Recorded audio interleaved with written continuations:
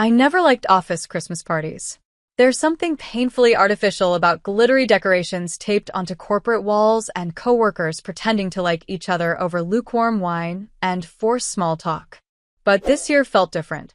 Maybe it was the snowstorm raging outside, trapping us in the 21st floor of the glass tower that housed Foster and Hart Advertising. Maybe it was the way the fairy lights made everything look softer, dreamier, more dangerous. Or maybe it was her. Evelyn Hart, our very own Ice Queen, marketing director, untouchable, until tonight. I was already 2 glasses into a surprisingly strong mulled wine when I saw her, standing near the windows, arms crossed, a glass of something clear and undoubtedly expensive in one hand. She was dressed in black, of course. A tailored suit that hugged her body like sin, dark lipstick that made her mouth look criminal, and those sharp eyes that made everyone in the office shut up mid-sentence if she so much as glanced their way. No one talked to Evelyn unless they had to. She spoke in short, precise sentences, as if each word had been carefully measured before leaving her lips. She never laughed, never smiled, but she made the company millions, and that was enough. I'd spent most of the year watching her from a distance, curious, intrigued, maybe a little obsessed. Not in a creepy way. Okay, a little in a creepy way. But can you blame me? I'm a sunshine soul in human form. I smile at strangers. I bring baked goods to meetings. I cry at commercials. And Evelyn Hart, she's ice. But tonight, thanks to a poorly thought-out suggestion by someone in HR trying to loosen the team up, we were all playing truth or dare. Like children. Only drunk. And surrounded by twinkling lights and bad decisions. The bottle spun. The dares grew bolder. The laughter louder. Then someone, I think it was Tyler from accounting, who's secretly in love with me and sucks at hiding it, grinned and slurred. Madison. Truth or dare? I glanced at Evelyn. She hadn't moved from her corner. Wasn't watching. Or maybe she was. Hard to tell with her. I smirked. Dare. Tyler raised his eyebrows dramatically. I dare you to kiss someone under the mistletoe. The room hooped and cheered. Someone actually clapped. I rolled my eyes. That's it? Weak. He leaned forward, voice dripping with smugness. Fine. Then kiss Evelyn. Silence. A literal vacuum of noise. Someone gasped. Someone else dropped a plastic cup. I froze. Are you serious? I laughed, nervously. Tyler leaned back, satisfied. You said dare. My heart was hammering. I turned, half expecting Evelyn to have disappeared, vanished like a dream. But no. She was still there, still watching. Only now her eyes were on me. Directly. Unblinking. I don't know what possessed me. Maybe the wine.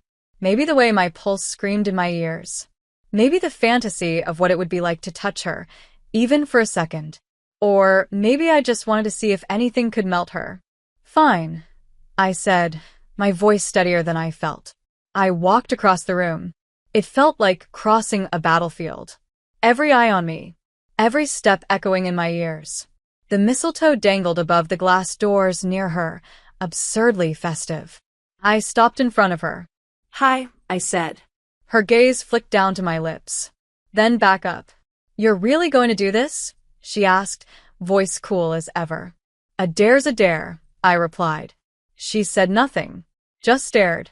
I could feel the tension, thick as snow outside. Then she stepped forward. A breath closer. All right then, she said, and kissed me. Not a polite, office-appropriate peck. No. Evelyn Hart kissed like she commanded rooms and destroyed men's careers. She kissed like she didn't know how to do anything halfway. Her hand slid to the back of my neck, firm. Her mouth opened against mine, and I swear the world dissolved. Someone cheered. Someone else screamed. I couldn't hear them. I couldn't feel anything except her. Her lips, her scent, her dominance, the raw power in the way she took what she wanted without apology. When she pulled away, I was breathless. Dizzy. Devastated. Happy Christmas, Madison, she said quietly. Then she turned and walked away. I didn't move. Not for a full minute. My coworkers returned to their games. The music resumed. The world kept spinning. But I was frozen. Not from cold. From want. And that was before I woke up the next morning in her bed. The first thing I noticed was the silence. No city noise, no traffic, no buzzing phone on the nightstand. Just the low hum of heating and the muffled sound of wind pressing against the windows. The second thing I noticed was the softness of the sheets. Too soft to be mine. And the third was that I wasn't alone. I didn't bolt upright. I think part of me already knew. My brain caught up slowly, as if afraid to confirm what my body already felt. Warmth. Skin. A second pillow cradling a head that wasn't mine. I turned my face slightly, heart pounding in cautious beats. Evelyn Hart was lying next to me, still asleep. Or maybe pretending. Her back was to me, hair cascading over the dark silk pillowcase, the curve of her shoulder bare above the rumpled covers. She looked human. Not the ice queen, not the sharp-tongued executive. Just a woman. Breathing. Vulnerable. Real. I blinked, trying to remember everything. The kiss. The electricity. Her walking away like it was nothing. And then nothing. The party, the snowstorm, the drinks. Did I follow her? Did she invite me? Did we? I glanced down. Still dressed. My blouse was unbuttoned, but still on. Pants, check. Her side of the bed was also clothed. Relief, confusion, disappointment. A chaotic cocktail. As if on cue, she stirred, rolled onto her back. Eyes opened, clear and alert. Of course, she woke up perfectly composed. "You're awake," she said.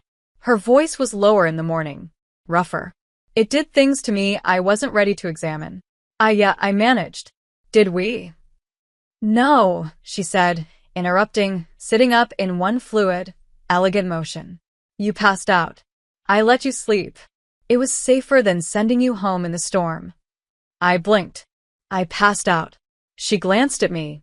You had 3 glasses of wine, half a spike cider, and tried to challenge and turn to a dance battle. Yes. You passed out. My face burned. Oh, God. It was entertaining. That almost sounded like a compliment. Almost. I looked around. The room was minimalist, dark wood, soft lighting, floor-to-ceiling windows now blurred with snow. Where are we? My apartment. Midtown. Top floor. Of course. She probably owned the building. So, I just climbed into your bed. You got sick in my guest room, she replied, getting out of bed. I buried my face in my hands. I'm so sorry. Don't be, she said, disappearing into what I assumed was the bathroom. You said thank you 6 times, then called me majestically intimidating and asked if I sleep in a coffin lined with crushed velvet. I groaned. I was joking.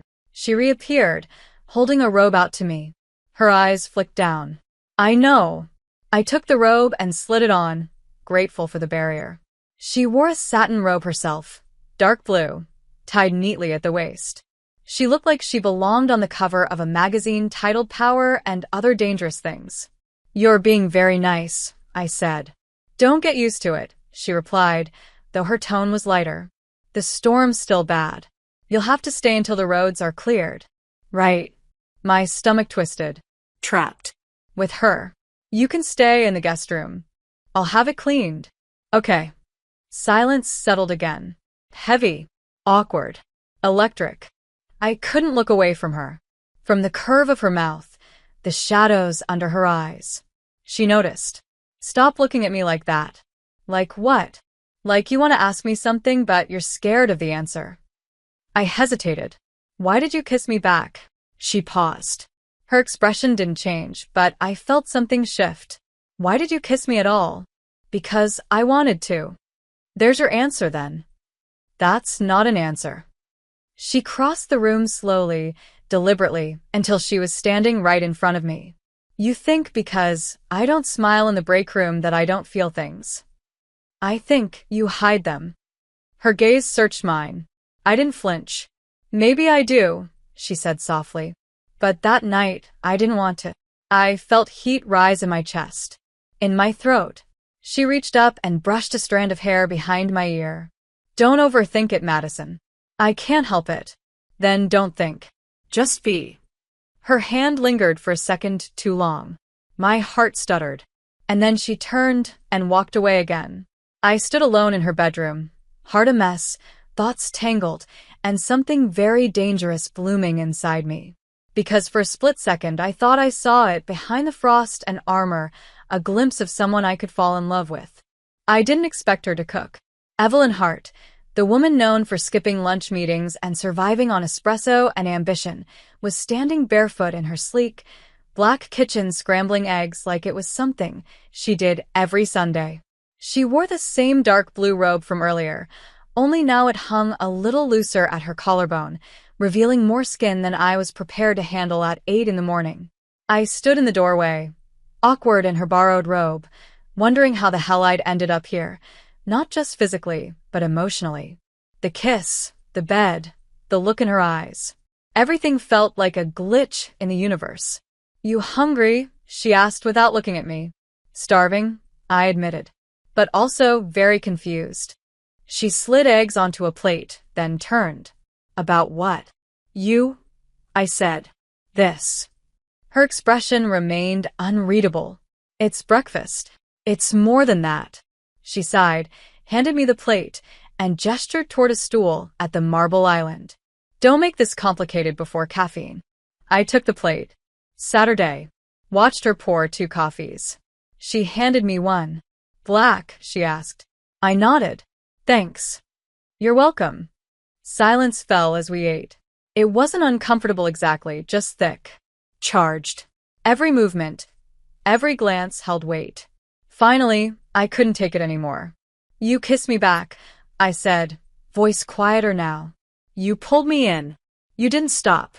And now you're making me eggs like this is normal. She sipped her coffee. I don't do normal, Madison. Okay, then what do you do? She met my eyes. I don't usually bring people here. I don't let them stay the night. I don't take dares seriously, or make breakfast, or explain myself to anyone. Her voice softened, but her gaze stayed sharp. But I did all of that with you. Make of that what you will. That's not fair, I said. You're the one in control here. You have all the answers. You're just what? Trying to understand what this is. Or what it could be. Why? Because I felt something when you kissed me. And I think you did too. She stared at me for a long time. The wind howled against the windows. Snow was still falling. We were still alone. Trapped. Or maybe protected. She stood. Walked to the window. Her arms crossed over her chest like armor. You think you know me, she said. But you don't.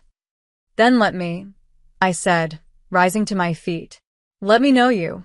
She turned slowly, her expression unreadable but no longer cold. Why? Why would someone like you want to unravel someone like me? I walked toward her. Because I see what you try to hide. Because when you kissed me, I didn't feel cold. I felt alive. Wanted. She inhaled sharply.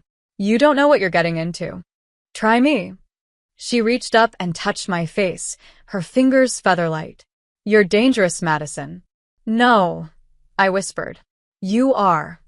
Her hand lingered. She looked at me like I was a puzzle she didn't mean to care about. I don't do relationships. Neither do I lied. But maybe we're not talking about that yet. Love what you've seen so far and want to help me keep creating these awesome stories on this channel? Then subscribe and hit the bell. Your subscription supports the channel and makes sure you get more exciting stories.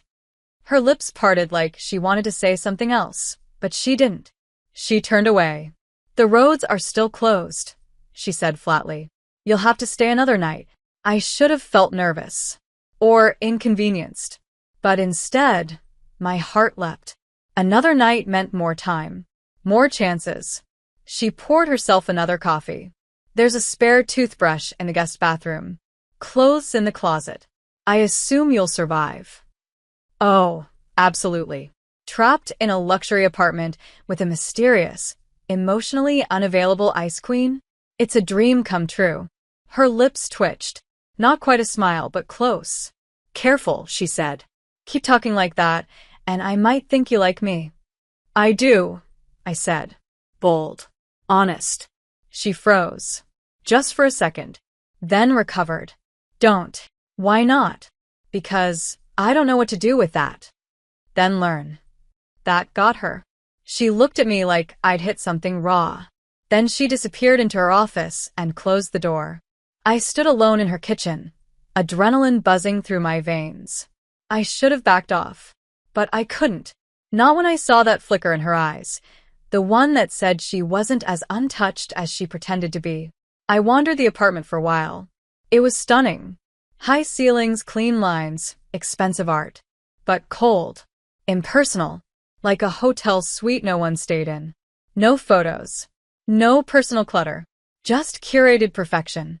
She lived here, but she didn't live here. When I passed the door to her office, I heard the faint sound of music. Classical. Of course. I almost knocked. Almost. Instead, I went to the guest room. She hadn't been lying. There was a fresh toothbrush, folded clothes that somehow fit me perfectly, and warm, fluffy blankets that smelled like her. I took a shower. Tried not to think about how many people had ever done the same thing here. Probably none. Probably just me. The thought made my chest ache in ways I wasn't ready for. That night, she made dinner. No takeout. No help. Just Evelyn, moving through the kitchen like she owned every element. I offered to assist, she declined. We ate in silence again, but it wasn't sharp. It was cautious. Charged. She poured us wine. You're not going to challenge another in turn, are you? She asked. I smiled. Depends on the wine. Good answer. She sipped. I've been trying not to want you, she said suddenly. The air changed. My heart stuttered. You've been failing, I replied. Yes. One word. A surrender. I set my glass down. So, stop trying. She stood. Walked around the table. Stopped in front of me. Her eyes were fierce now. Hungry. I don't do soft, she warned. I don't need soft, I whispered. I need real. She pulled me to my feet, her hands on my waist, her lips a breath away. You stay, she said. You burn. Then burn me. She kissed me again. This time slower. More deliberate. Like she was trying to memorize something. Her fingers threaded through my hair. Mine clutched the fabric of her robe. She tasted like wine and winter and longing buried too deep for air. When she pulled back, we were both breathless. Don't fall for me, she said. Too late, I whispered.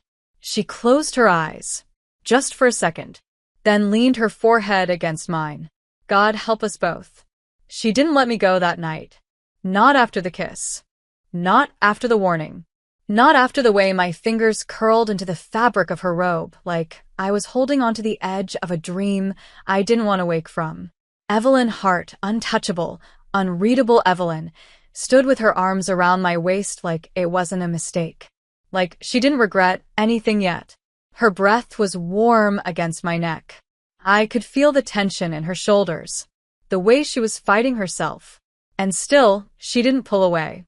This isn't supposed to happen, she whispered. But it is, I replied. And we both know it. I felt her fingers press into my back slightly, the only sign that my words had hit somewhere she hadn't armored. She pulled back just enough to look at me, her eyes darker now, the storm in them louder than the one still swirling beyond the windows. I don't do feelings. You don't have to do anything, I said softly. Just be here. With me. That was when something in her broke. Or maybe it cracked. Enough for her to lower her guard. Enough for her to let her lips find mine again. This time slower, deeper, like she'd surrendered to gravity and didn't care where she landed. We moved through the apartment as if drawn by something ancient and unspoken. Her hand in mine. My heart a chaotic drumbeat. She didn't ask if I wanted to follow her. She didn't have to. We crossed the threshold of her bedroom, and everything changed. Evelyn's robe slipped from her shoulders in one fluid movement. She was all lines and shadows and quiet strength, beautiful in a way that hurt. Her eyes didn't leave mine as I stepped closer. She reached for me, her hands sliding beneath the hem of the borrowed shirt I wore, fingertips grazing my skin like she was memorizing it. "You feel like summer," she murmured. "You feel like winter," I replied. "But not the cold kind. The kind that wraps around you and hushes the noise." She closed her eyes for a second, as if those words had landed deeper than I intended. Then she kissed me again, and this time there was no holding back. Her mouth was fire. Her touch was command. She undressed me like it was an art form, every movement deliberate, reverent. I let her. I wanted her. Not just her body, but all of her. The broken pieces, the hidden stories, the weight she carried in silence. We didn't rush. We unfolded. Slowly. Desperately.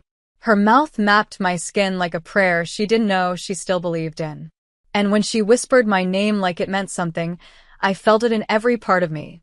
I didn't know how long we stayed like that, tangled, breathless, lost. The storm outside blurred the world into white silence. In her bed, time didn't exist. There was only her. And the way she held me after, like she couldn't decide whether to keep me close or push me away. We lay facing each other. The lights off. Just the faint blue glow from the snow-covered windows casting shadows across her face. I traced the outline of her collarbone with my fingers. She didn't stop me. "Was that okay?" I asked, unsure why I felt shy now. Her lips quirked slightly. "You're asking for a review?" "I'm asking if you regret it." She went quiet. My heart dipped. Then, no, one word. But it carried weight. "Truth." "Good," I whispered. "Because I don't either." She reached out and tucked a strand of hair behind my ear. "Your trouble," she murmured. "The best kind," I said. She didn't laugh. But something softened in her face. Like she wanted to. "Why me?" she asked after a long pause. "You could have kissed anyone at that party. But I didn't want anyone else." "You don't know me? Then let me." She turned on her back, staring at the ceiling. "That's the thing, Madison. I don't know if I can let you. I've spent so long building walls, I don't know what I am without them." "Then don't take them down all at once. Just crack a window. Let me in a little." "You make it sound easy." "It's not, but it's worth it." She didn't respond, but she took my hand under the blanket and held it, tightly, as if afraid to let go. That night, she didn't ask me to go back to the guest room. I stayed. In her bed, wrapped around her. The silence between us wasn't empty anymore. It was full of things we hadn't said yet, and maybe things we were afraid to say. The next morning, I woke before her. The snow had stopped. Everything outside was quiet and glittering. I watched her sleep for a while. Her face relaxed, softer than I'd ever seen it. No mask, no armor, just Evelyn. And I realized something terrifying. I was falling for her. Not the fantasy. Not the untouchable ice queen. But this complicated, guarded, passionate woman who didn't know how to let someone stay, but was trying anyway. I slipped out of bed and padded into the kitchen, hoping to surprise her with breakfast. I barely knew where anything was, but I managed toast, eggs, and coffee. When she walked in, hair messy, robe tied loosely, sleep still clinging to her eyes, she paused. "You made breakfast?"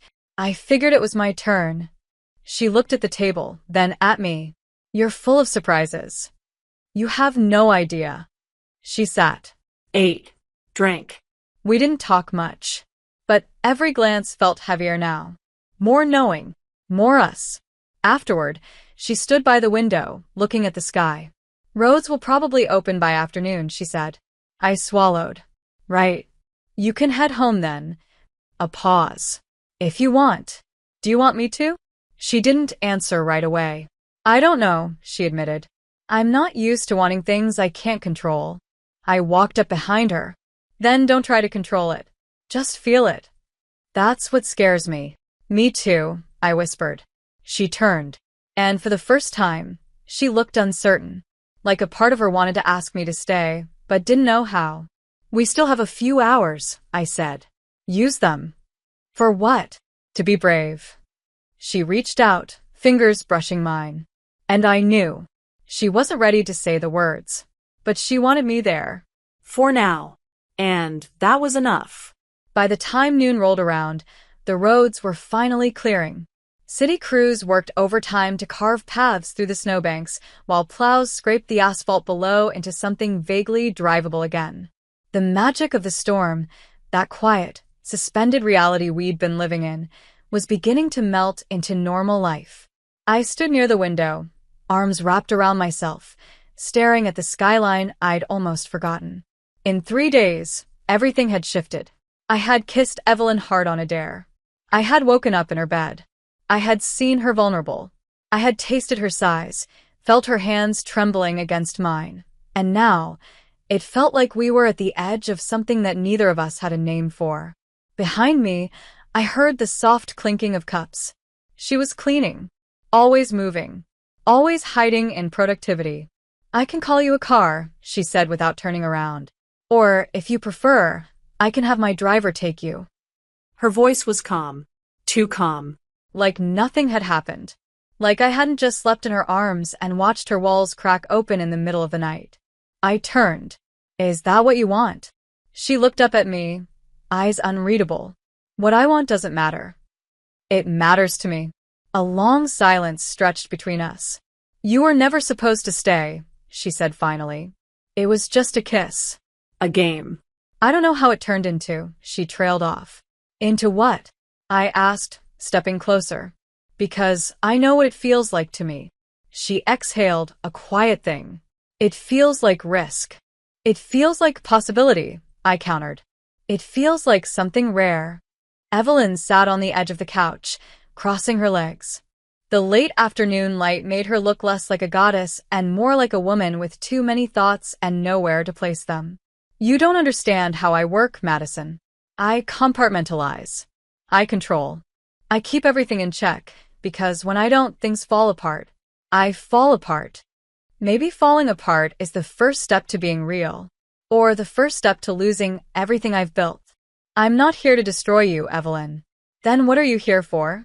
I knelt in front of her, hands on her knees, eyes searching hers. "To see you. The real you. The one who made me breakfast. The one who held me through the night like she didn't want to let go." Her jaw tightened. I felt her hands tremble slightly beneath mine. "And when the world starts spinning again?" she asked. "What then?" "Then we decide together. But not out of fear." She closed her eyes. Her breath caught just once. And then, "I hate how easy it feels to be with you." "That's not a bad thing." "It is for me." I stood, letting the silence settle for a moment. Then I went to gather my things. She didn't stop me. But she didn't help either. I could feel her watching as I moved through the space that had started to feel dangerously familiar. Every step I took felt heavier, like I was walking away from something that still had more to give. At the door, I hesitated, my hand on the handle. "This doesn't have to end here," I said without turning around. "We could, I don't know, spend a little more time together. There's still a week until New Year's." Still silence. Still no movement. "We don't have to call it anything," I continued, softer now. "Not a relationship. Not a promise. Just more time. You and me.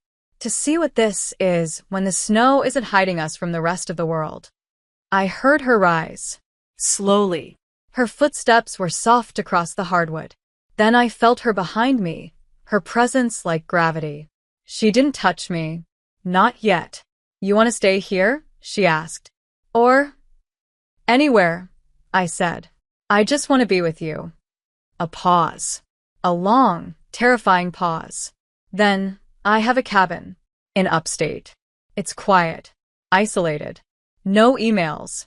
No work." I turned slowly to face her. And I was going to go there for the new year. Alone.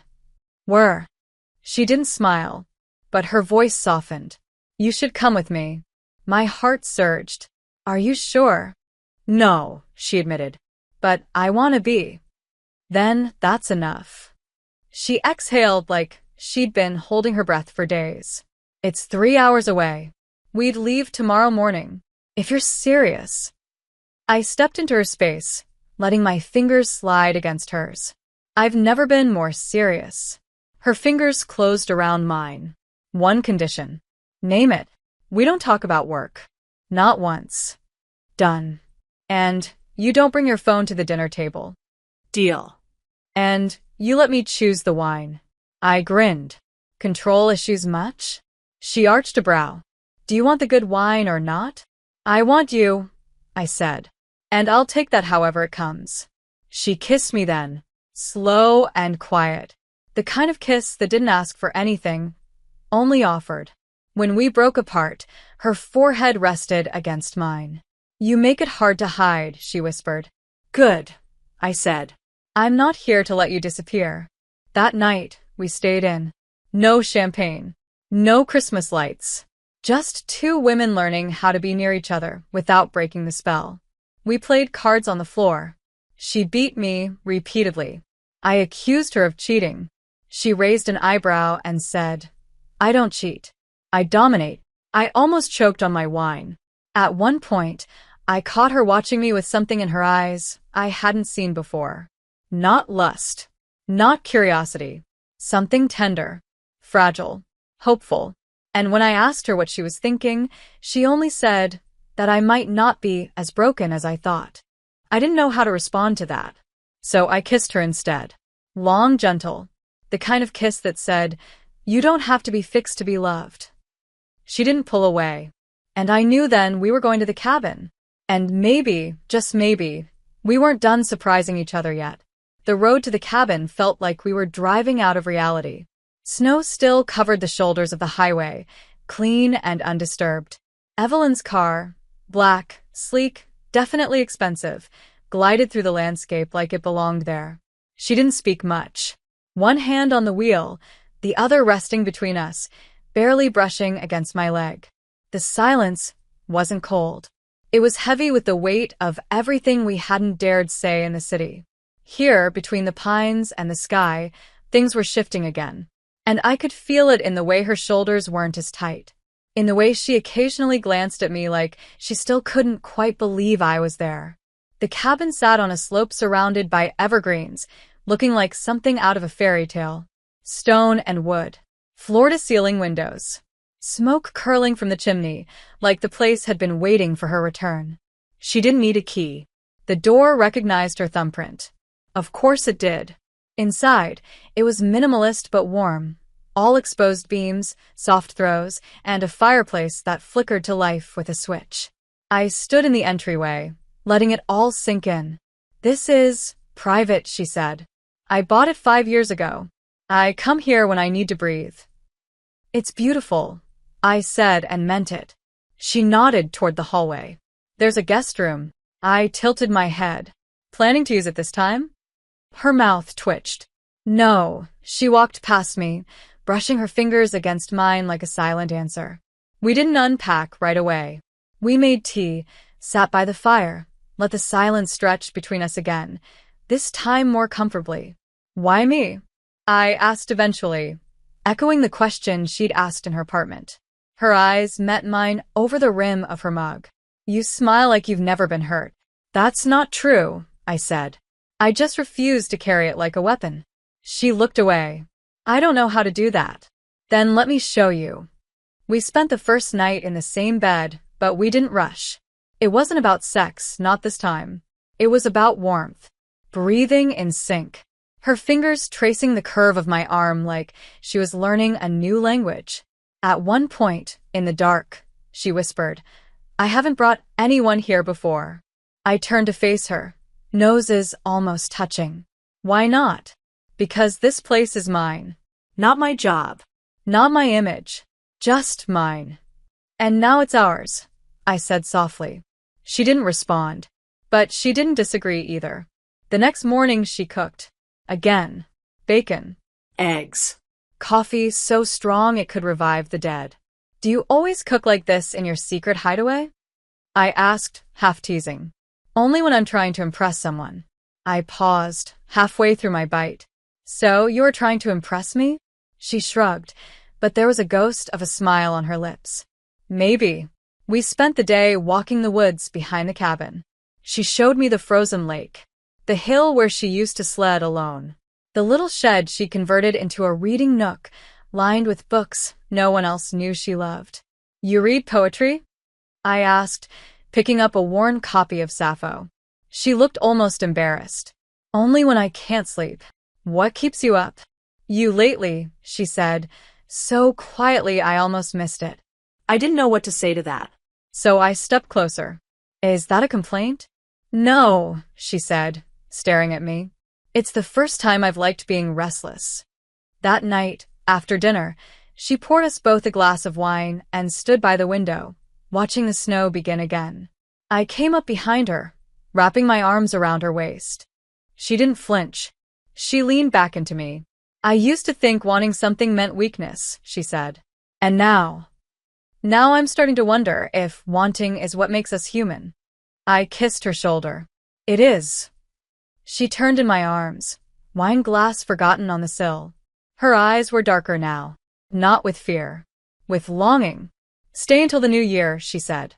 "All the way through." I nodded. "I was hoping you'd ask."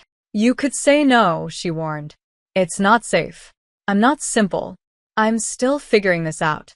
And I'm not going anywhere," I whispered. "Not unless you push me." Her hand slid up my arms, her gaze searching mine. "I don't want to push you." "Then pull me closer." And she did. The kiss this time wasn't rushed or hungry. It was deep. Certain. A promise, maybe. Or a dare. When she led me to the bedroom, she didn't need to ask. We moved like we already knew the way. Her touch was reverent, her mouth patient. She undressed me like she'd done it 100 times in her mind. I let her. I trusted her.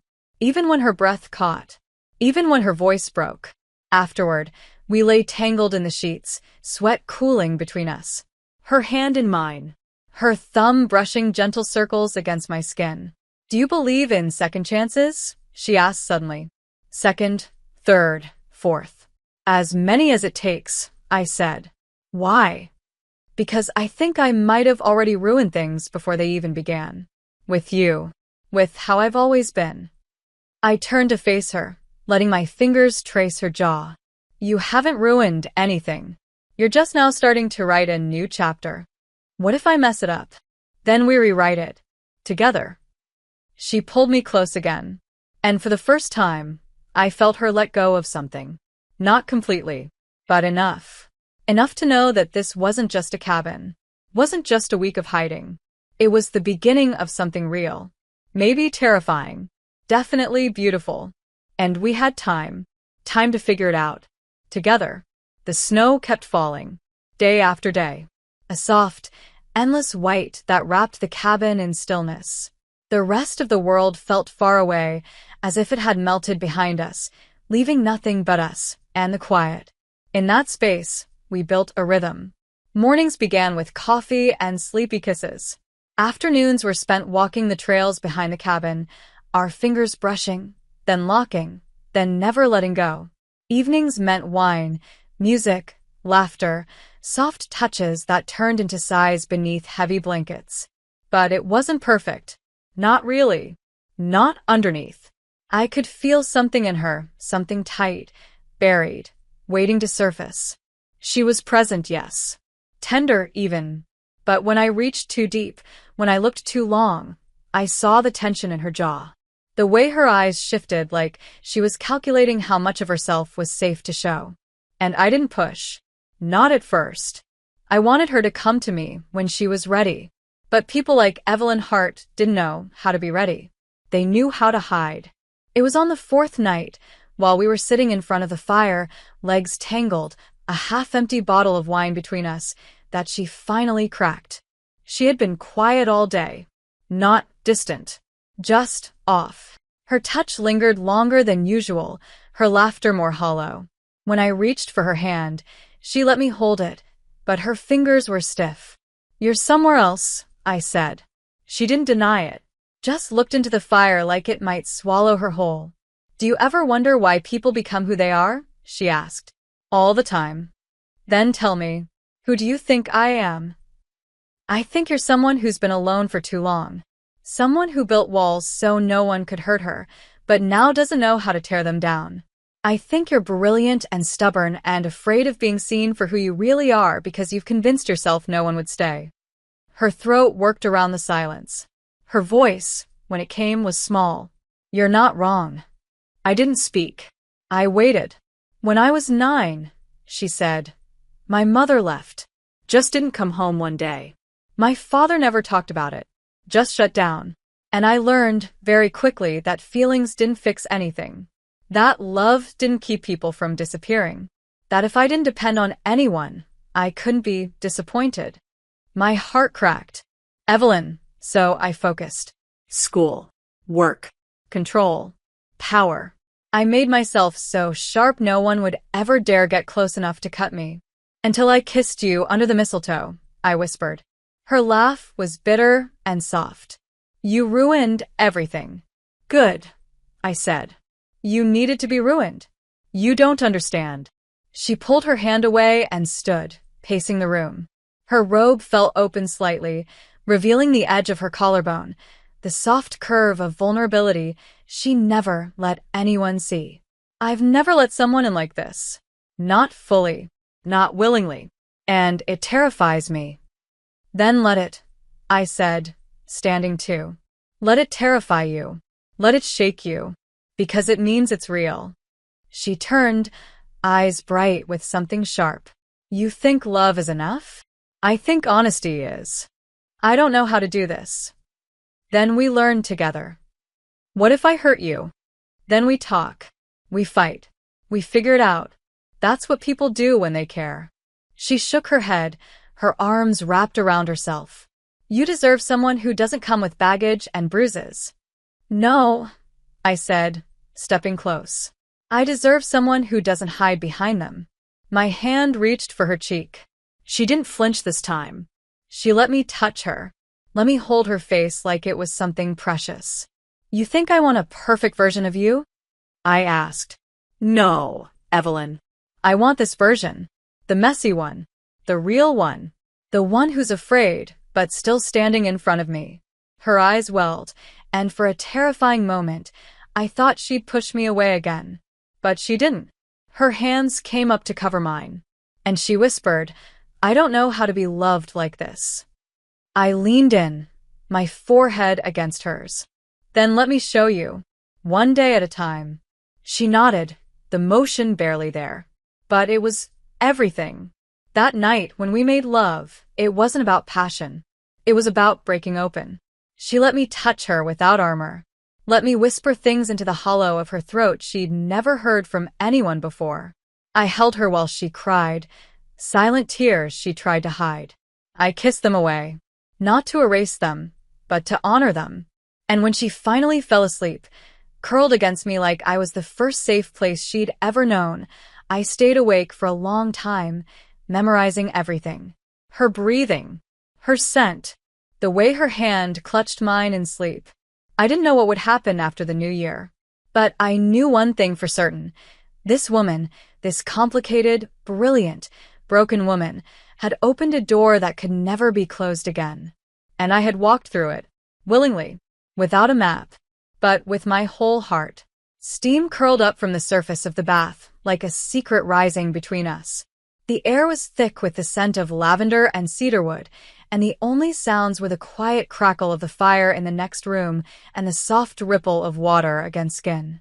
Evelyn sat behind me, her arms wrapped around my waist, her chin resting lightly on my shoulder. The tub was deep, old-fashioned, claw-footed, a little bit of luxury hidden in the heart of the cabin. I don't know what made her suggest it. Maybe the chill in the air. Maybe the ache in our muscles after another long day of walking through the woods and getting lost in one another. Or maybe, just maybe, she wanted to feel me. All of me without barriers. This was a good idea, I murmured, sinking back against her. Her skin was warm. Her body fit against mine like we were carved to be this close. I have them sometimes, she said dryly, her lips brushing the curve of my neck. Don't get used to it. I smiled. Too late. Her hands slid under the water, one resting on my stomach, the other tracing the inside of my thigh. Not touching where I wanted her. Just teasing. Testing. letting the silence build tension between us like silk stretched to its limit. "You're quiet," I said. Thinking, she murmured. Dangerous. Always. I turned slightly in her arms so I could see her face. Her eyes were darker in the soft light, her features relaxed in a way they rarely were. Vulnerable. Open. What are you thinking about? I asked. She looked at me for a long time, her gaze moving from my eyes to my mouth, then back again. About how I didn't know it could feel like this. Like what? Like wanting you doesn't make me weak. It makes me feel alive. I reached up, brushing a damp strand of hair from her cheek. You are alive, Evelyn. You just forgot how to feel it. And you, she said, her voice low, you remind me every second. Her fingers slid higher between my legs, slow and deliberate, until my breath hitched. My eyes fluttered shut. Look at me, she whispered. I did. She held my gaze as her fingers found me under the water, circling, pressing, claiming. It wasn't fast. It wasn't frantic. It was control surrendered, power exchanged through a touch so tender I could barely breathe through it. Her other hand came up to cut my breast, her thumb brushing over my nipple, and I felt my body arch into her without thought. Tell me what you want, she said. You. You have me. And God, I did. All of her. I came with her mouth on my neck, her breath hot in my ear, her arms anchoring me like I was something precious, something not meant to be lost. She didn't let go. Even after. Especially after. I turned in her arms, straddling her now, facing her, chest to chest, heartbeat to heartbeat. Now you, I whispered. Her hands found my hips, her expression unreadable. You don't have to. I want to, I said. Let me. She hesitated. Just for a second. And then she nodded. I kissed her slowly. Deeply. My hands moved over her like I was learning her by memory. The soft dip of her waist, the sharp lines of her collarbone, the strength in her thighs.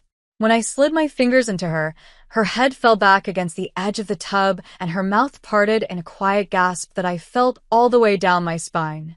She tried to stay quiet. Of course she did. Always in control, even here. But I didn't let her.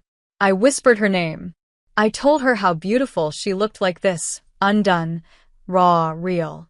I kissed every sound from her lips until her body tensed, and she cried out softly against my shoulder, clutching me like she might fall apart if I moved. You don't have to hold yourself together with me, I whispered. Not here. Not now. She didn't respond. But when I pulled her into me and wrapped my arms around her in the cooling water, she let out a breath like she'd been holding it for years.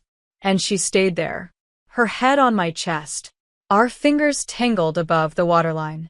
You make me want things I never let myself want, she said after a long silence. Then want them, I said. Want me. I do. The words were so quiet I barely heard them, but I felt them. In the way her arms tightened. In the way her lips brushed against my collarbone like a promise. We stayed in the tub until the water turned lukewarm and our skin wrinkled.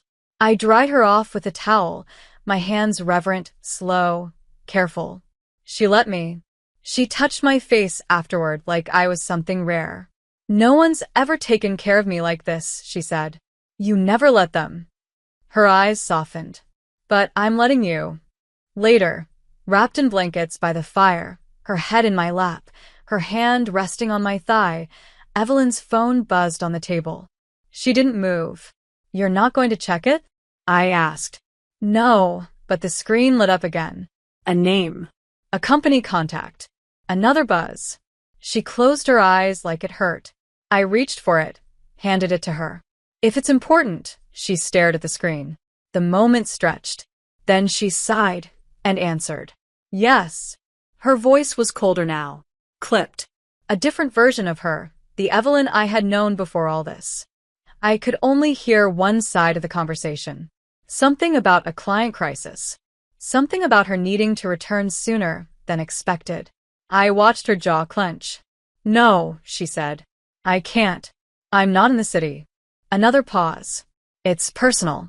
Another pause. I said no.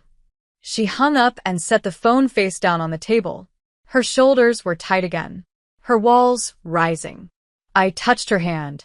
Everything okay? They want me back early. Tomorrow. Are you going? A long silence. I don't want to. But I've never said no to them before. Maybe it's time you do. She looked at me. Really looked. Would you stay? If I asked. Yes, I said without hesitation. Then I'm not going. And just like that, I knew we weren't just living a snow globe fantasy anymore. We were making choices. Real ones. Ones that would follow us out of this cabin and into whatever came next. The morning after she said no, the world outside the cabin was covered in frost so thick it looked like glass had grown over the trees. Inside, something had changed. Not in a loud way. Not in a way you could point to and say, this is different now. But in the subtle shift of her gaze, in the way she reached for my hand without hesitation, in the way she stayed close without needing an excuse. Evelyn Hart had made a choice, and I could feel its weight in every glance, every breath. You didn't have to do that, I said as she stirred the fire back to life. Say no. She didn't look at me. Just adjusted the logs, watching the flames catch. Yes, I did. But it might cost you something. It already cost me too much to never say no. I crossed the room and knelt beside her. Her fingers were still slightly blackened from the wood, her robe slipping off one shoulder. I brushed the soot from her skin. I'm proud of you. She looked at me then. That shouldn't mean so much, but it does. I leaned in and kissed her. Soft. Reassuring. You're not alone anymore, Evelyn. That changes how things weigh on you. I don't know how to be with someone, she whispered. Yes, you do, I said. You're doing it right now. We spent the rest of the day in a quiet kind of closeness. Not intense like before. Not urgent. Just real. She read a book by the fire. I made soup in the kitchen. We moved around each other like we'd been doing it for years, not days. There were no grand gestures. Just small, quiet moments. Her hand brushing mine as she passed me a mug. Her lips on my shoulder when I walked past. Her smile rare, but so real it made my heart feel too big for my chest. That night, we lay in bed beneath thick quilts, the fire still flickering in the hearth, our bodies tangled together. I felt her fingertips tracing lines across my back. Tell me something no one knows, I said. What? Anything. Something that's only yours. She went silent. I waited. I felt her breathing change. Slower. Heavier. I used to talk to my mom, she said finally, after she left. Yeah. I'd sit by the window and pretend she was just away. That she'd come back. I'd tell her about school. About how Dad wouldn't talk. About how quiet the house got. I did it for years. I turned to face her. Her eyes were glassy, but dry. You were a kid, I whispered. You needed someone. And when she didn't come back, I told myself I didn't need anyone. That needing people was weakness. I never broke that rule. Not until now. And do you regret breaking it? No, she said. But I'm scared. Of me. Of what you make me want. What do I make you want? A life I never thought I could have. Her voice cracked. I pulled her into my arms. She buried her face in my neck, and for a long time, we just stayed like that. Quiet. Holding each other like we could keep the past from clawing its way back in. You don't have to know how to be perfect at this, I whispered. You just have to be honest. She pulled back, eyes searching mine. Then I have to tell you something. Okay. When I was 26, I got engaged. I blinked. Oh, to a man. We were together for 3 years. He was safe. Predictable. My parents approved. My coworkers approved. But I didn't love him. I didn't even really like him. Why did you say yes? Because I thought I was supposed to. Because I thought if I built the right life, maybe the cracks inside me would stay hidden. I left him 2 weeks before the wedding. Good, I said gently. And then what? Then I buried every part of myself that didn't fit the narrative, including the part that wanted women.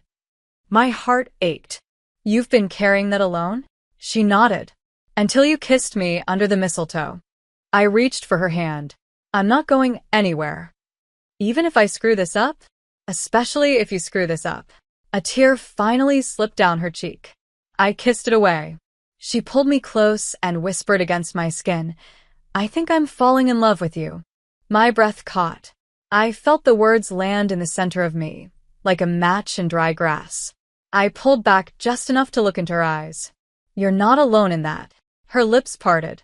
Madison, say it, I said. If it's true, say it.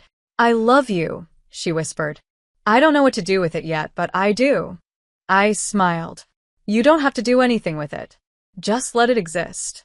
We kissed again. Not because we needed to, but because we wanted to.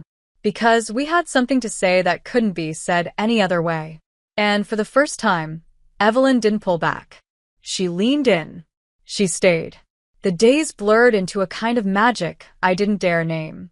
After the night she said it, I think I'm falling in love with you. Everything felt different.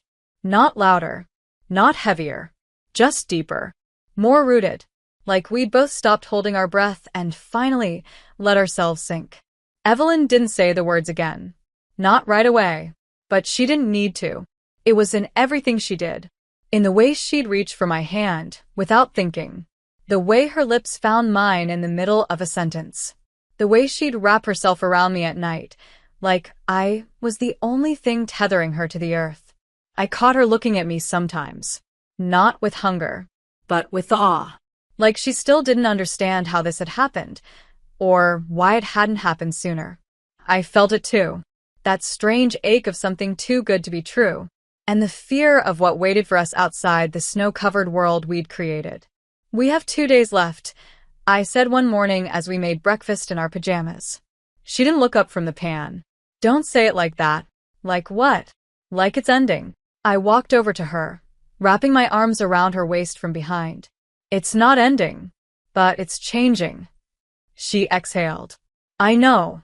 Have you thought about what happens when we go back? Every hour. And I don't want to go back to being who I was before this.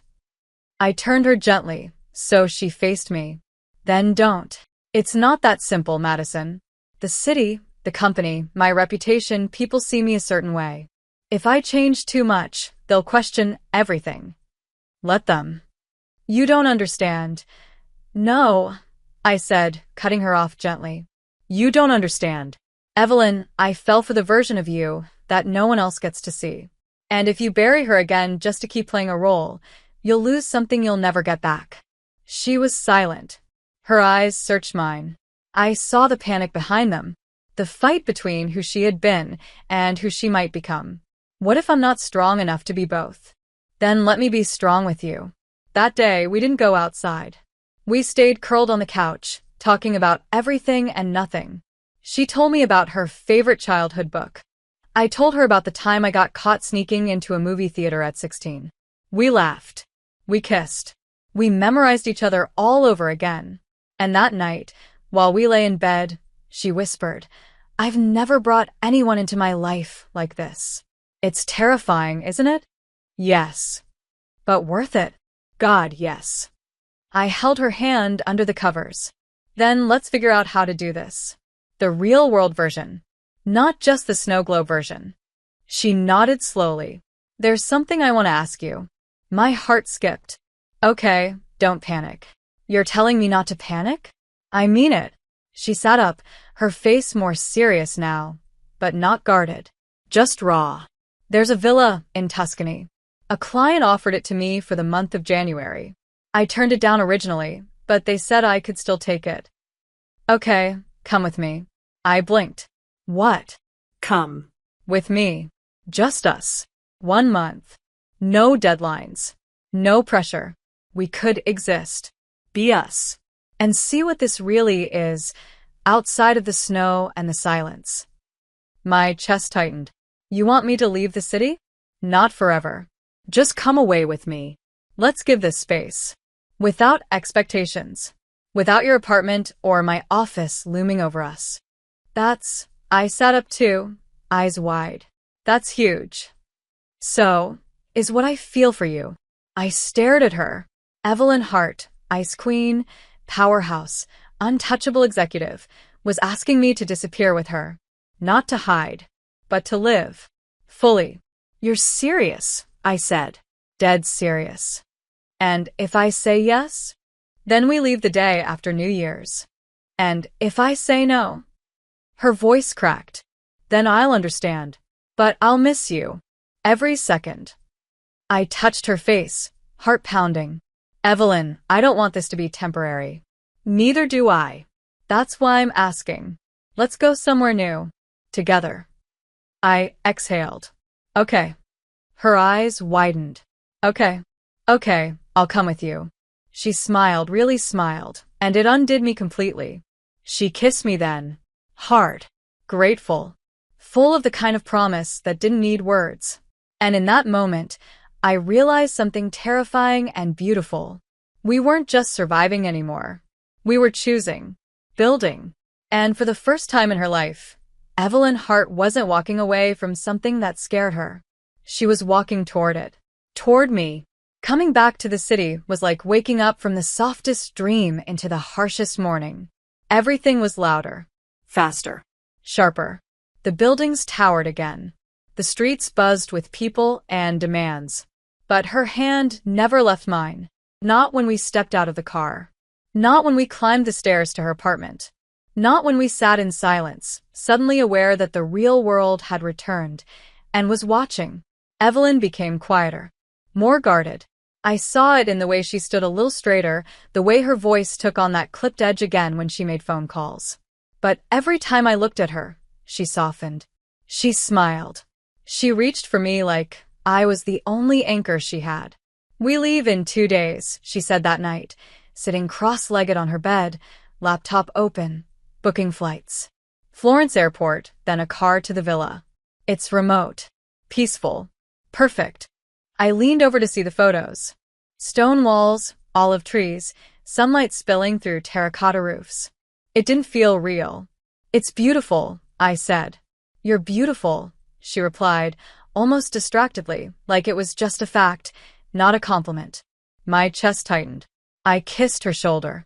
I can't believe we're really doing this. We are, she said. No turning back. We spent the next day packing, buying last-minute things, dreaming aloud. What books we'd bring, what food we'd cook, what mornings would feel like without alarms or deadlines. I want to wake up with you every day, she said, standing in the middle of her living room with her suitcase half-zipped. Even when we're old. Even when your hair turns silver and you stop putting sugar in your coffee. I turned, stunned by the casual eternity in her voice. You're really saying things like that now? She shrugged, a small smile on her lips. You started it. That night, we curled up on her couch with wine and blankets, watching the snow fall again through the windows. A different kind of snow. Less magical. More real. But she held me like she wasn't afraid of the cold anymore. We're not just escaping, I whispered. I know, she said. We're beginning. But beginnings are fragile. And nothing stays untouched forever. It happened the next morning. 6 hours before our flight.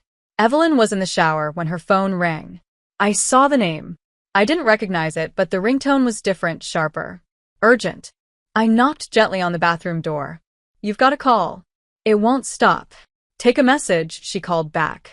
It's from Harrison Bain. Silence. Then the water stopped. She stepped out moments later, towel around her, hair dripping, eyes already narrowing. Put it on speaker, she said. I did. And the voice that came through was brisk, formal, and unmistakably serious. Evelyn, I hate doing this, but we need you. The launch is unraveling. The client's threatening to pull. You're the only one who can fix this. I'm unavailable, she said, tightening her towel. I told everyone I was off until February. That was before we were about to lose a multi-million-dollar campaign. If we lose them, we lose half the quarter. There are other people. Not like you. Evelyn, we need you. Tonight. The call ended with a clipped apology, and silence fell like a thunderclap. Evelyn didn't move. She stared at the phone like it had betrayed her. You don't have to do this, I said gently. We can go. We can leave tonight. Her jaw clenched. Madison, don't say it. If I don't go, people lose their jobs. And I've worked so hard to get where I am.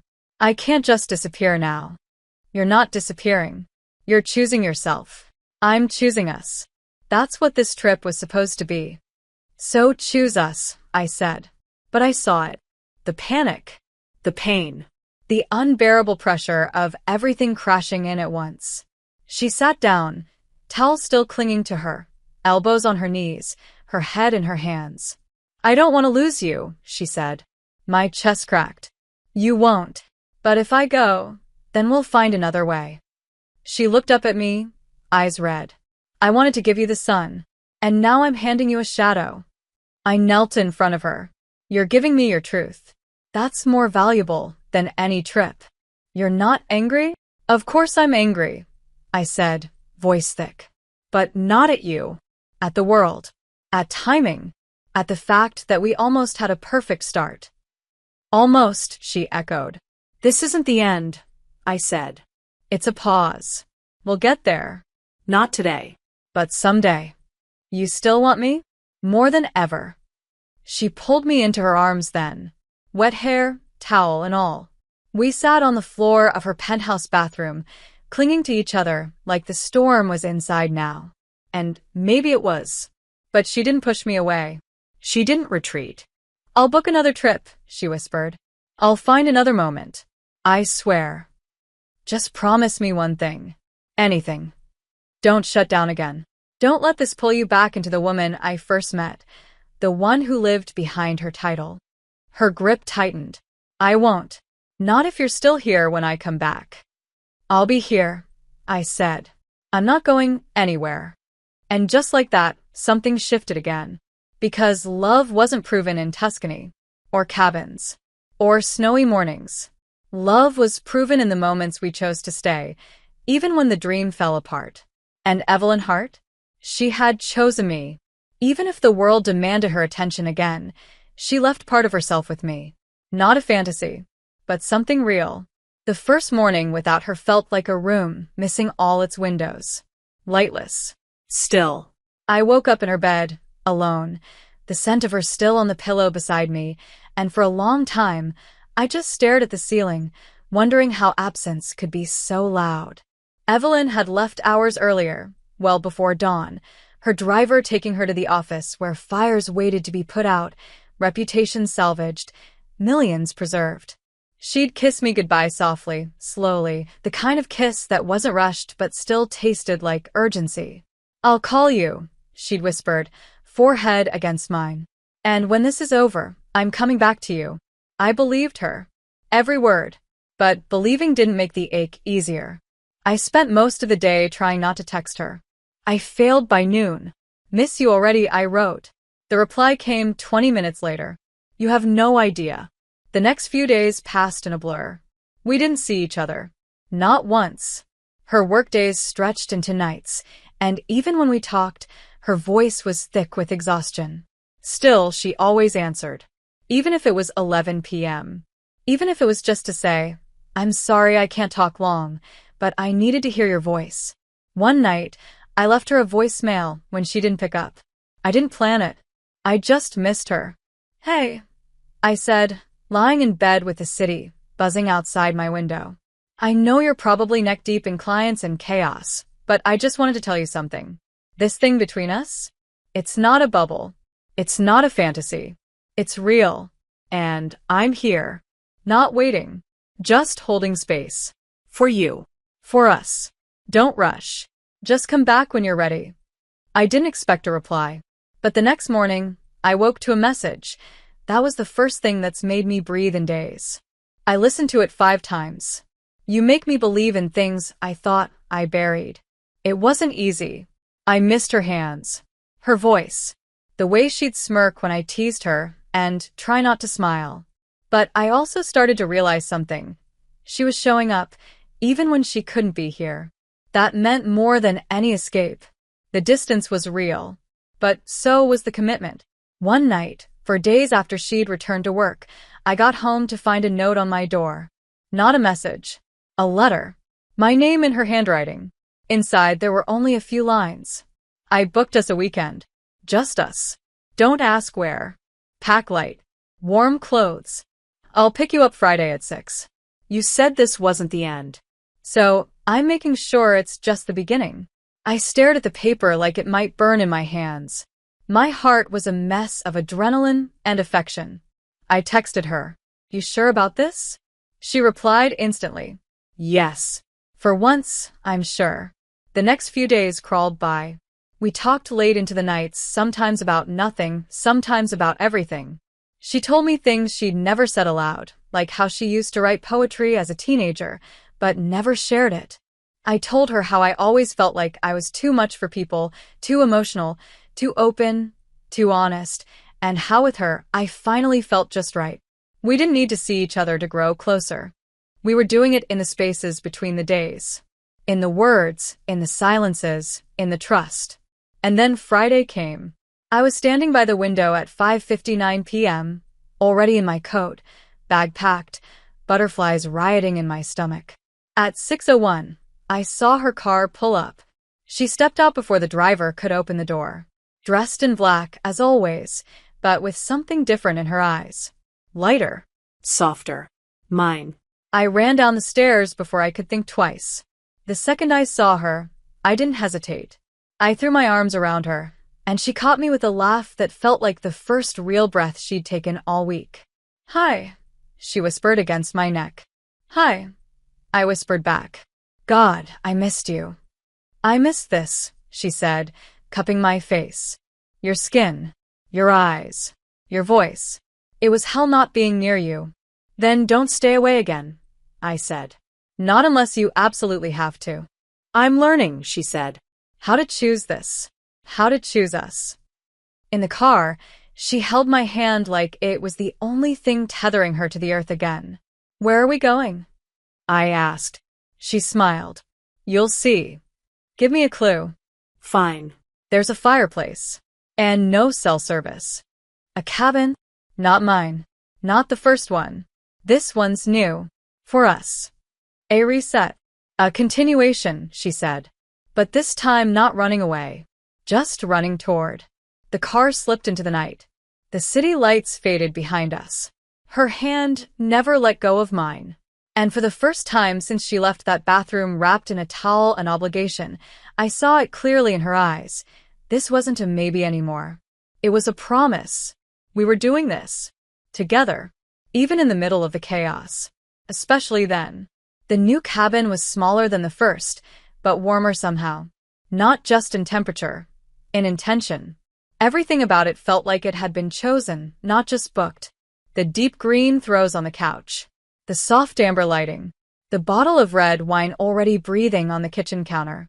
You planned this, I said as Evelyn dropped our bags near the doorway. Every detail. I wanted it to feel like it was ours, she said, pulling off her coat. Not mine. Not a borrowed fantasy. Something we created. I walked over to the fireplace, already lit, flames flickering like a heartbeat in the corner of the room. It does. She stepped behind me, arms around my waist. I needed to see you outside of the noise. Without the phone ringing. Without people knocking. Just you. Just me. You have me, I whispered. You always did. She held me there for a long time. No rush. No pressure. Just skin on skin, breath on breath.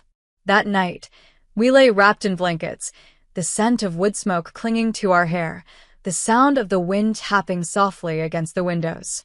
Evelyn was on her back, one arm behind her head, the other holding my hand against her chest.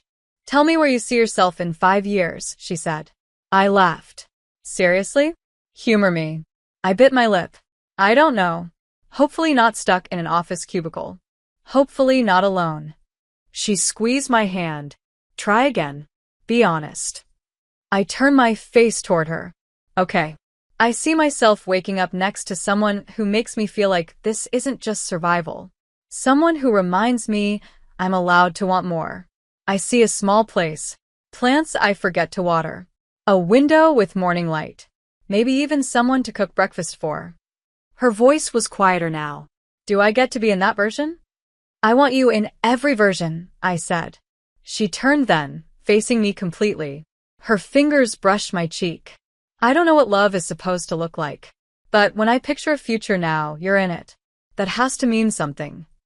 It means everything. I want to build something with you, she said, the words careful, deliberate. Not just weekends and getaways. I want the boring parts too. The tired nights. The laundry days. The small fights and making up. I want all of it. With you. I didn't answer. I kissed her. Hard. Desperate. Overwhelmed by how this woman, once untouchable, once cold as steel, was offering me everything she didn't even know she had to give. We made love on the rug in front of the fireplace, slow and quiet, like we were writing vows with our bodies. No urgency. Just presence. Just us.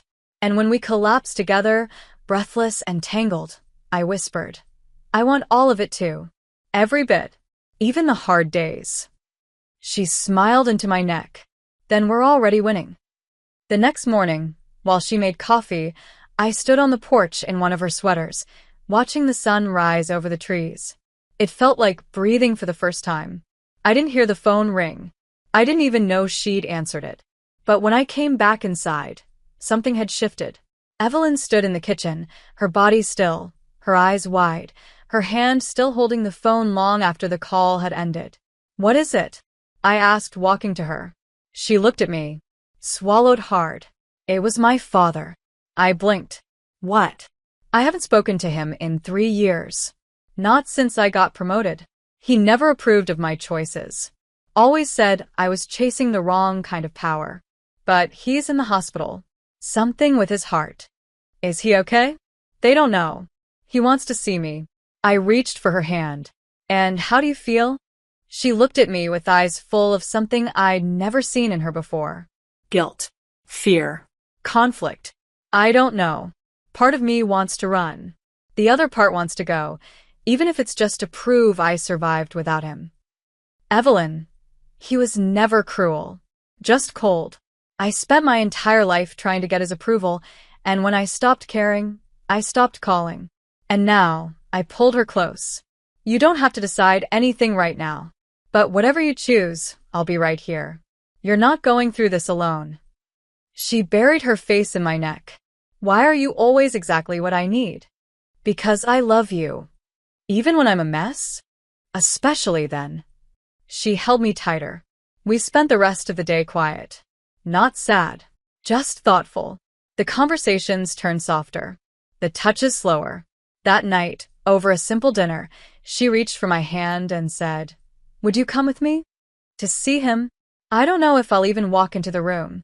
But I don't want to do it alone. I nodded. Of course I'll go with you. She looked like she might cry. But instead, she kissed my hand. We're building something, she said. And I don't want fear to take it away from us. It won't, I promised. We've already come too far. And in her eyes, I saw it again. That flicker of the woman who never thought she'd be loved like this. And now was willing to fight to keep it. The hospital smelled like antiseptic and endings. We walked through the sliding glass doors just after 8 a.m., the air cold and brittle around us. Evelyn's hand in mine was warm, but tense. She hadn't said much during the drive. Just held my hand, eyes fixed on the window like she was bracing herself for something she wasn't sure she could survive. Her father's name was listed on the whiteboard at the front desk. Room 406. 4th floor. Cardiac wing. We rode the elevator in silence. When the doors opened, she took a step forward, then stopped. You don't have to go in, I said gently. You don't owe him anything. She looked at me, her voice barely above a whisper. That's not true. I owe him everything I became, and everything I buried. I didn't try to convince her otherwise. I just nodded and followed. The hallway was quiet. Soft beeping, murmured voices behind curtains, the mechanical hum of things trying to keep people alive. She stopped at his door, breathed, then knocked softly and opened it. He was awake, sitting up in bed. Worn. Pale. But alert. He looked at her like someone seeing a ghost he hadn't asked for. Evelyn, he said, voice rough. So it's true. Hi, Dad. I stood just behind her, not entering. She stepped inside. You look old, he said with a huff. I am. You called. I wasn't sure you'd come. I wasn't either. He nodded, looked past her. And she is? Evelyn turned slightly. This is Madison. She's important to me. He gave a single, unreadable nod. You never did bring anyone home. Evelyn didn't respond. She stood by the foot of the bed, arms crossed like she was trying to hold herself together with bone and willpower. Why now? She asked. Why call? Because I'm dying, he said, as if it were the most obvious thing in the world. Because people get sentimental when their heart fails. You've had years. I know. You never reached out. You never made it easy. Evelyn flinched. Just slightly. I spent half my life trying to earn your approval. I gave it, he said. In my way. No, she said. You gave silence. You gave disappointment. You gave me standards I could never meet, even when I surpassed them. You're successful, he said. You've built an empire. I see your name in magazines. Your company's worth millions. You did well. You never said that when I was building it. I didn't think I had to. Her voice broke then, just a crack. I didn't want your applause. I wanted your presence. He blinked. For the first time, something like guilt flickered in his eyes. You were always strong, he said. Didn't think you needed me. I did, she whispered. And when I stopped needing you, I stopped knowing how to need anyone. He looked at her, and for a second, I thought he might say the words she'd waited her whole life to hear. I'm sorry. But he didn't. You turned out fine, he said. Better than fine. Evelyn's jaw clenched. I stepped forward, gently touching her back. She didn't look at me. Goodbye, Dad, she said. I hope you find peace with whatever time you have left. He didn't answer. She turned. We walked out. The door closed softly behind us. She didn't cry. Not right away. Not until we reached the elevator, and the moment the doors closed, her whole body crumpled. I caught her before she hit the wall. She folded into me like a wave breaking. He couldn't even say it, she choked. He couldn't say he was sorry. He doesn't know how, I whispered. But you do. And you're not him. We stood there for minutes, her body trembling against mine. I thought maybe if he saw me, he'd realize what he missed. He saw you, I said. He just doesn't know how to hold what you've become. I needed him to say he was proud. Then I'll say it for him. I'm proud of you. For surviving him. For thriving anyway. For walking into that room when you didn't have to. For walking out of it, knowing your worth. She looked at me then, tears on her cheeks. How do you do that? What? Make everything hurt less just by saying it? It's not magic, I said. It's love. We didn't go home right away. We walked the city for hours, hands clasped, shoulders touching. She was quiet, but not distant. Just full. Processing. Unloading. That night, back in her apartment, she stood by the window, staring out over the lights. I've spent my whole life proving things to people who weren't watching, she said. I'm tired of that. I want to start proving things to someone who actually sees me. I walked to her. You don't have to prove anything to me. I know, she said. But I want to build a life with you. One where I choose to show up. Not because I'm trying to earn love, but because I have it. I kissed her then. Slow. Deep. Full of everything we'd both just survived. And when we pulled apart, she whispered, I don't want an empire if it means building it alone. Then let's build something new, I said. Together. Will you move in? She asked. No hesitation. No stutter. Just the question I didn't know I needed to hear. Yes, I breathed. Yes, Evelyn. I will. And just like that, something cracked open. Not pain. Not fear. But light. The kind that doesn't come from fire or sun. The kind that comes from letting someone in and knowing they'll stay. The first morning we woke up in the same apartment felt different than all the others. It wasn't borrowed time anymore. It wasn't a cabin in the woods, or a weekend escape, or a moment stolen between emergencies. It was ours. Our coffee mugs sat side by side in the kitchen sink. Our jackets hung together by the door. Her book was on the couch, my sweater on the armrest, her glasses on the nightstand next to mine. A life was forming. Slowly, deliberately, Beautifully. She was brushing her teeth when I walked in, still wearing her t-shirt, my hair a mess. She glanced at me in the mirror, foam in her mouth, and raised an eyebrow. "That shirt looks better on you," she mumbled through the toothpaste. "I know," I said, and she rolled her eyes. But she smiled. And I knew then, really knew, this was home. The transition hadn't been perfect. We bickered over closet space.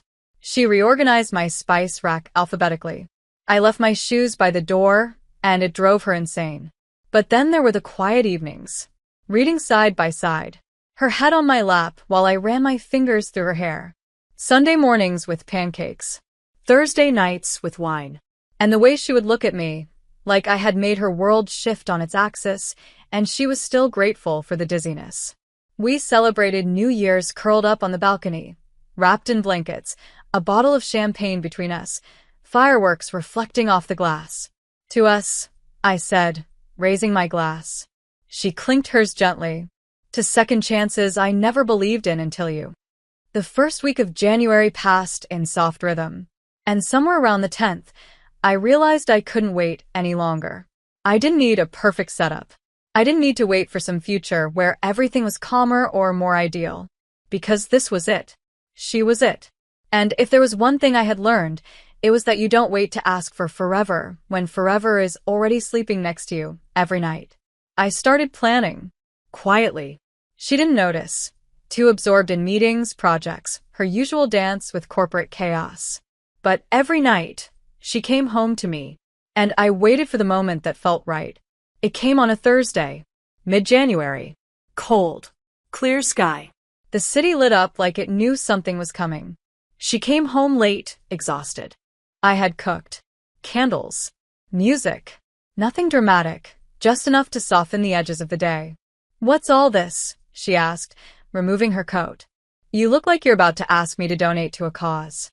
"I am," I said, walking toward her. "The cause is us. And I need your full commitment." She raised an eyebrow. "You already have it." "Not officially." She froze. Her eyes scanned my face. "Madison, sit," I said, pulling out her chair. She did. Cautiously. Her hands rested on the table, fingers twitching slightly, a sign I'd come to learn meant she was feeling too much at once. I knelt beside her, reached into my pocket, and pulled out a small, dark blue box. Her breath caught. "I didn't plan a speech," I admitted. "You're lucky. Because if I had, I'd probably cry halfway through it." "Madison," she whispered again. But her voice broke. "You once told me you didn't know how to be loved like this," I said. "But you've let me love you. Fiercely. Patiently. Fully. And in return, you've taught me what it means to be seen. To be held by someone who never lets go, even when everything around us is chaos. You've shown me that strength isn't about control, it's about trust. And you've given me yours. So now I'm giving you mine." I opened the box. A simple ring. Elegant. No glitter. Just intention. Just her. "Marry me, Evelyn Hart," I whispered. "Not someday. Not in the abstract. Here. Now. Let's build a life on purpose." Her eyes were full of tears. But she didn't look away. She didn't hesitate. She reached for me, pulled me to my feet, kissed me so deeply I forgot where we were. And when we broke apart, she said the words I'd been dying to hear. Yes. God, yes. Always yes. Always you. We didn't eat that night. We didn't need to. We danced in the kitchen instead. Barefoot. Crying. Laughing. Her forehead against mine. Her hands shaking slightly on my waist. "I never thought I'd have this," she whispered. "You don't have it," I said. "You chose it. You made it. I want to tell the world." "We will," I said. "But for now, just us." And in the quiet of that apartment, under the city lights, our future began. No more mistletoe dares. No more borrowed days. Just love, deliberate, chosen and forever. Thank you so much for being here and for believing in this channel. If you feel in your heart, you can donate with super thanks so I can focus more and more on this project. Your support helps me keep creating these love stories and bringing them to life for you. See you in the next video.